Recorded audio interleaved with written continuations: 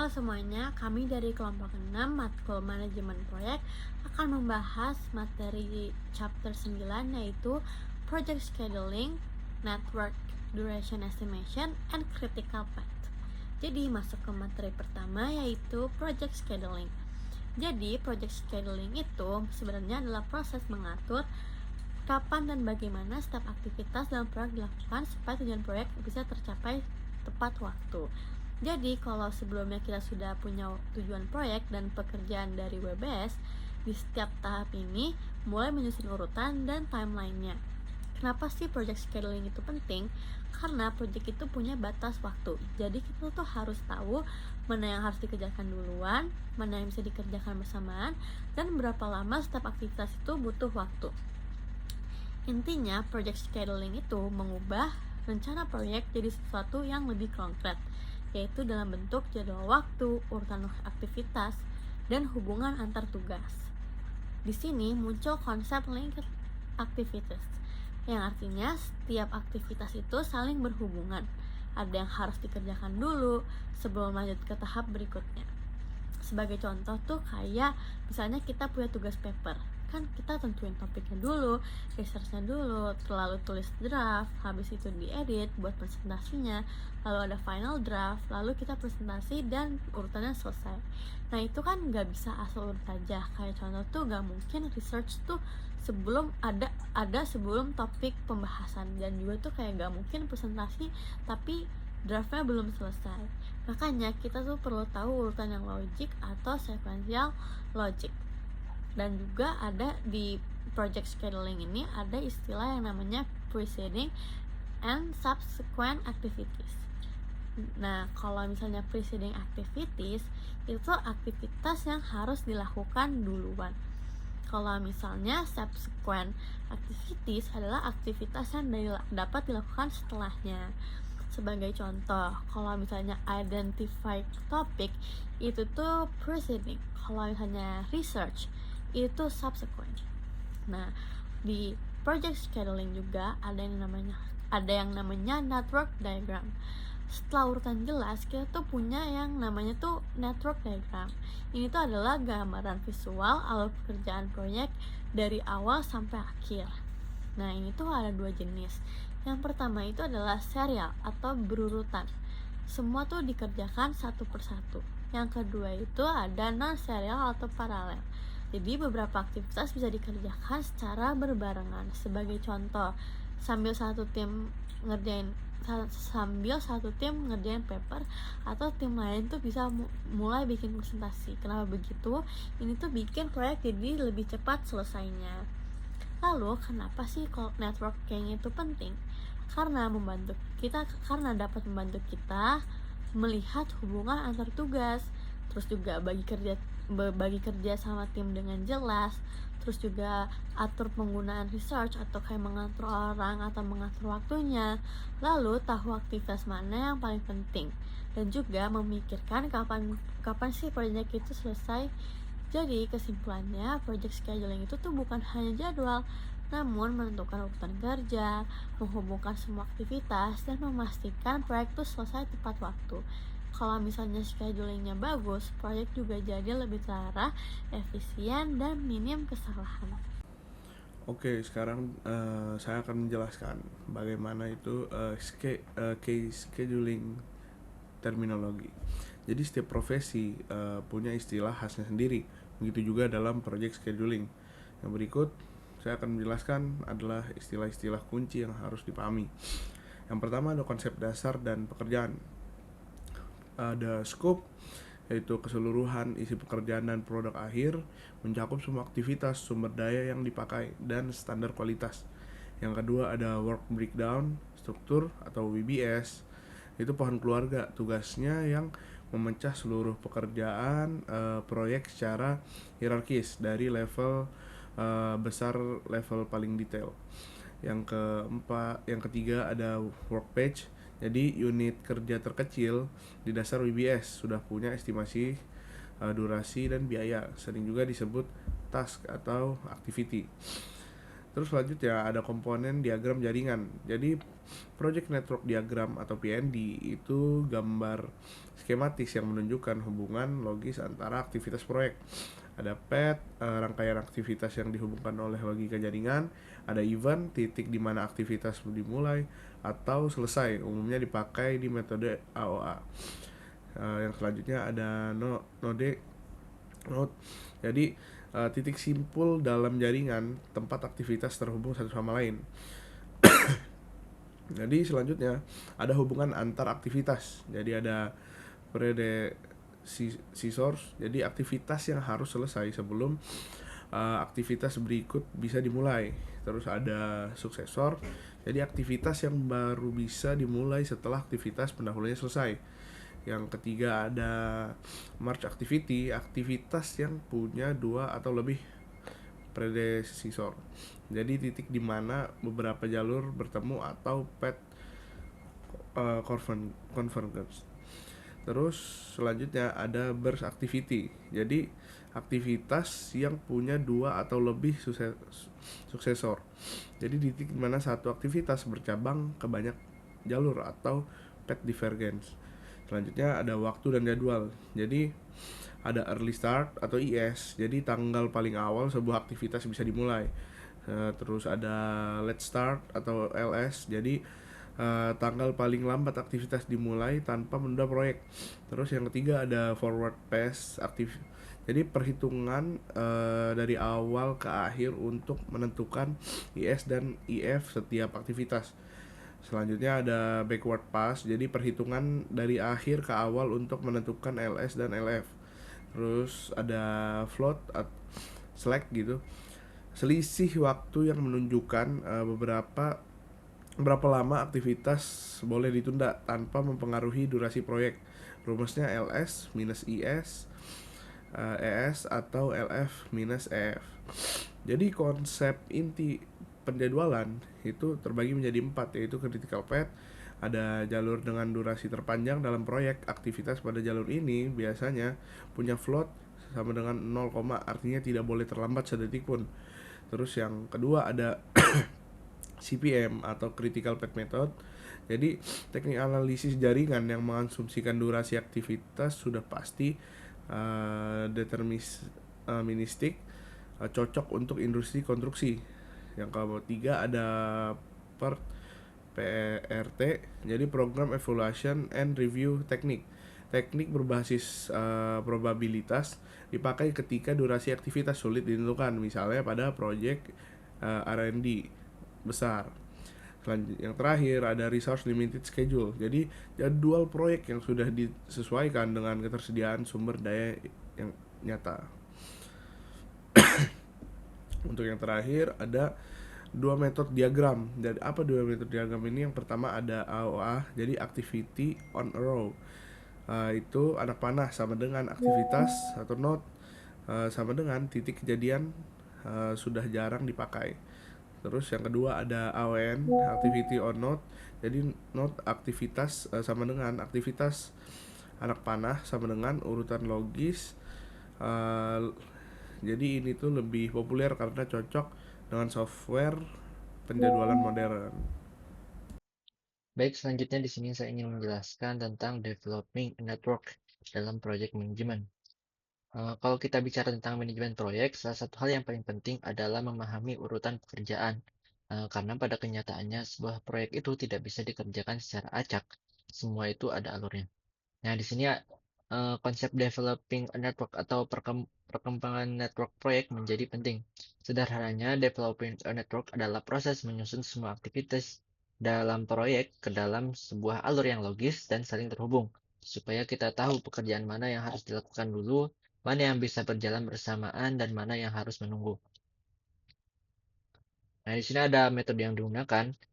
Dalam dunia project management ada dua metode utama yang sering digunakan untuk membuat sebuah network, yaitu PRT dan juga CPM.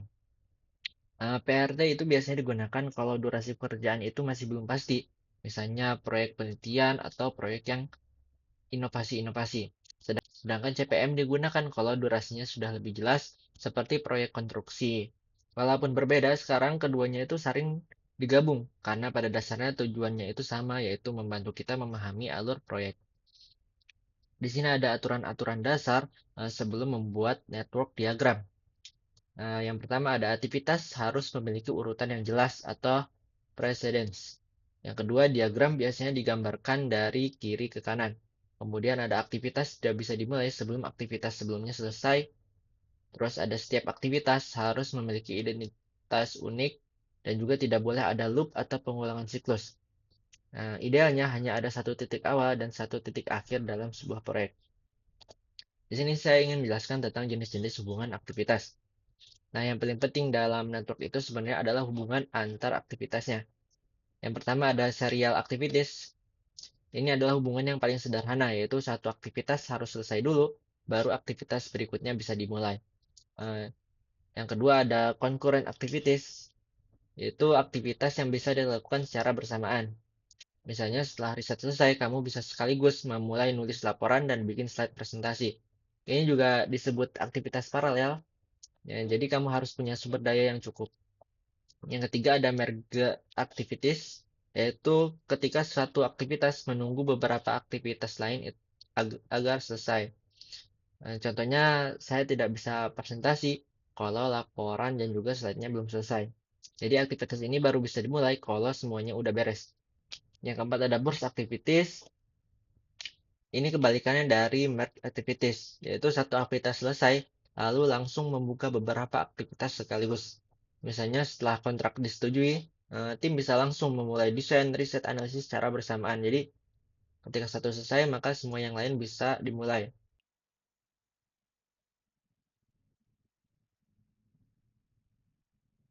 Oke, selanjutnya saya ingin menjelaskan tentang durasi estimasi atau estimasi durasi dalam proyek. Setelah tadi kita berhasil menyusun network proyek yang berisi urutan-urutan atau hubungan antar aktivitas, sekarang kita memberikan pertanyaan berapa lama semua ini akan selesai. Nah, disinilah kita masuk ke dalam tahap yang disebut durasi estimasi, yaitu proses memperkirakan berapa lama waktu yang dibutuhkan untuk menyelesaikan setiap aktivitas dalam proyek. Nah, hal ini sangat penting karena bisa menentukan jadwal proyek, deadline, dan bahkan memungkinkan keterlambatan. Cara menentukan durasi, ada beberapa cara yang bisa dilakukan untuk memperkirakan durasi aktivitas. Yang pertama adalah berdasarkan pengalaman. Nah, cara yang paling sederhana adalah melihat pengalaman proyek sebelumnya. Kalau kita pernah melakukan pekerjaan yang sama, maka kita bisa gunakan itu sebagai acuan. Yang kedua itu berdasarkan pendapat ahli. Kadang kita bertanya ke orang yang lebih berpengalaman atau expert. Mereka biasanya punya insight atau pengalaman yang lebih cepat dan juga akurat. Yang ketiga adalah pendekatan matematis atau probabilistik.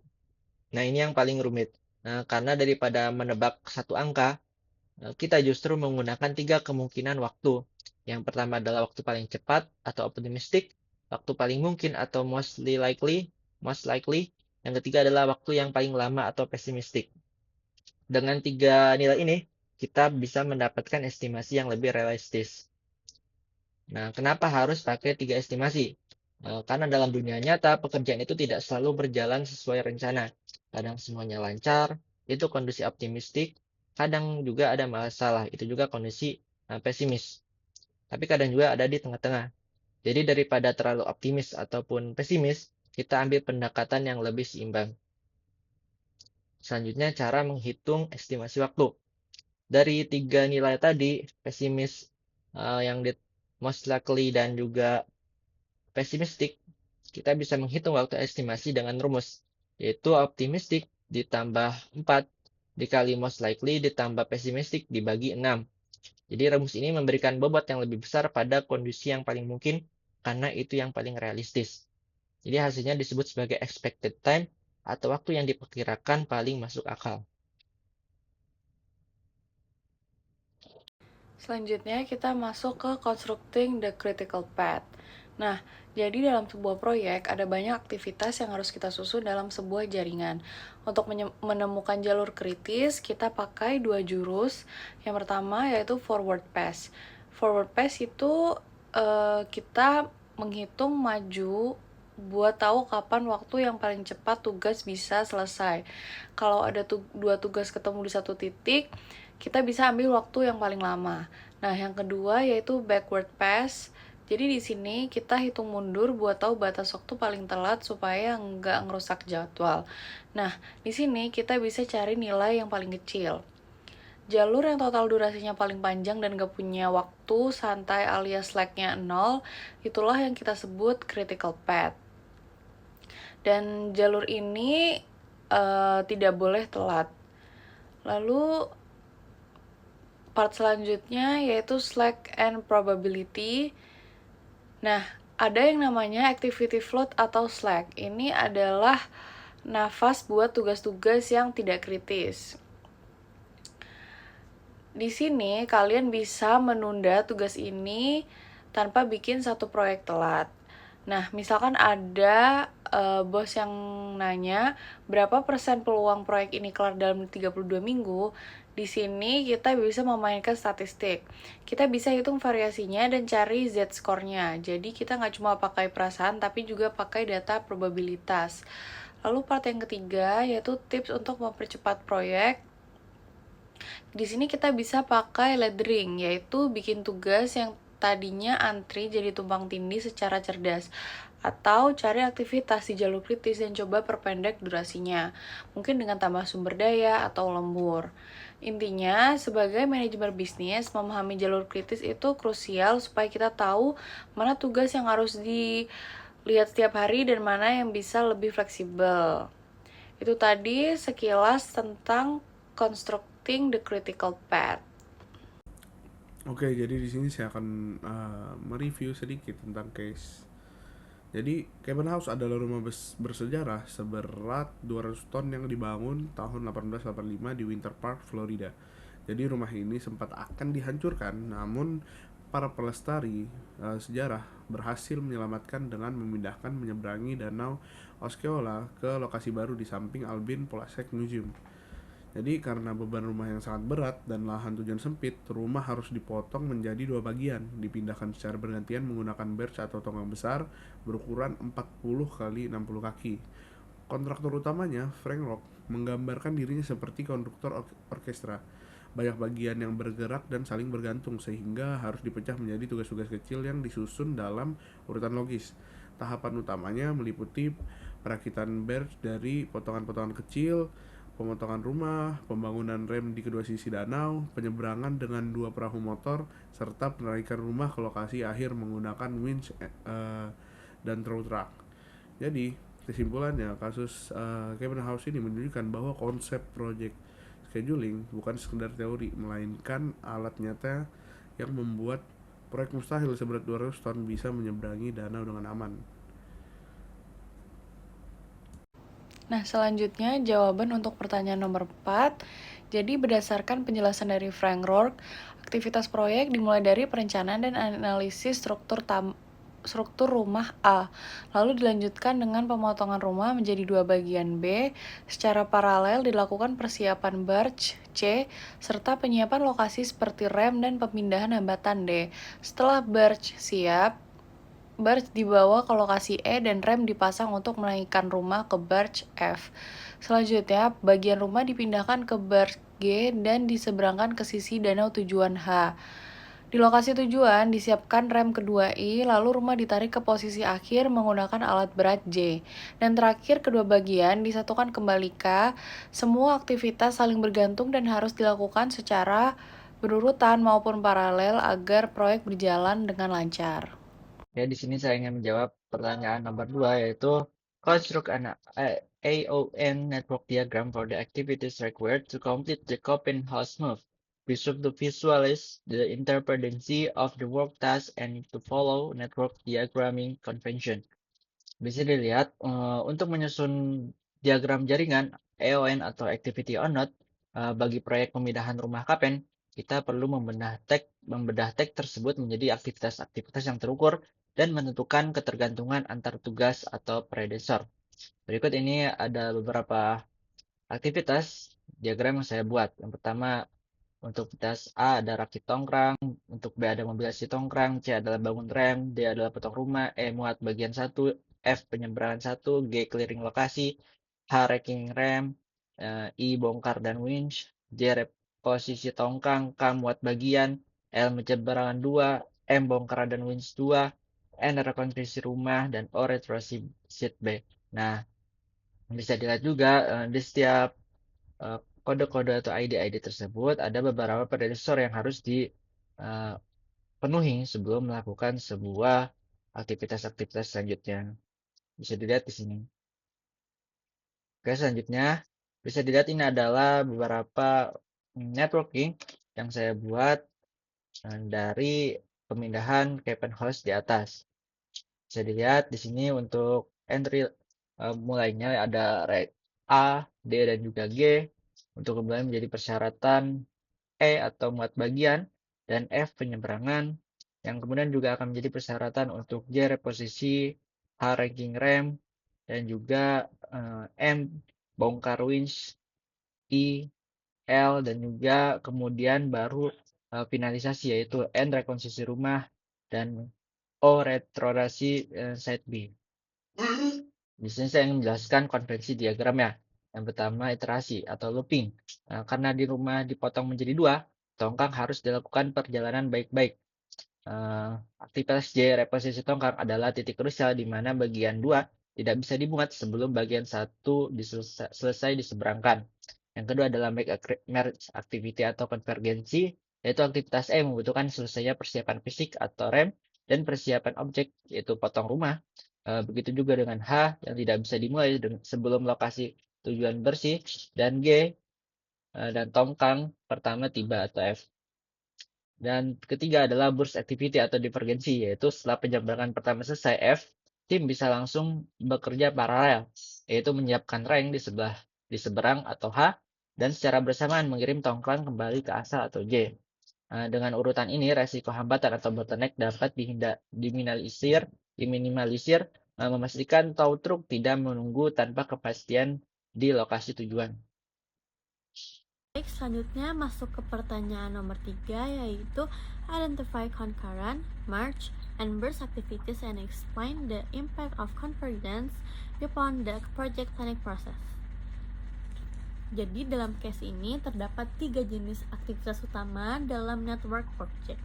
Pertama itu adalah concurrent activities, yaitu aktivitas yang bisa dilakukan secara bersamaan.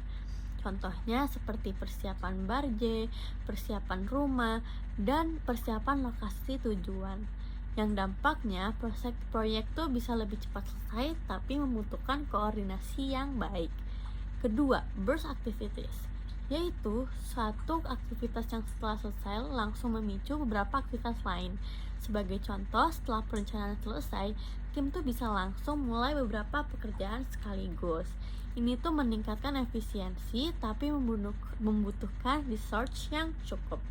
Yang terakhir atau yang ketiga ada merge activities, yaitu beberapa aktivitas harus selesai dulu sebelum lanjut ke tahap berikutnya. Sebagai contoh,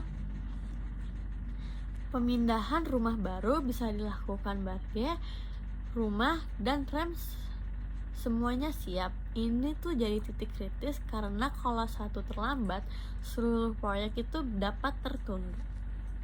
Selanjutnya ke pertanyaan nomor 4 atau pertanyaan terakhir, yaitu pertanyaannya, if you were the project manager for moving the Kevin house, what are some of the scheduling challenge you might anticipate with this project based upon your network diagram?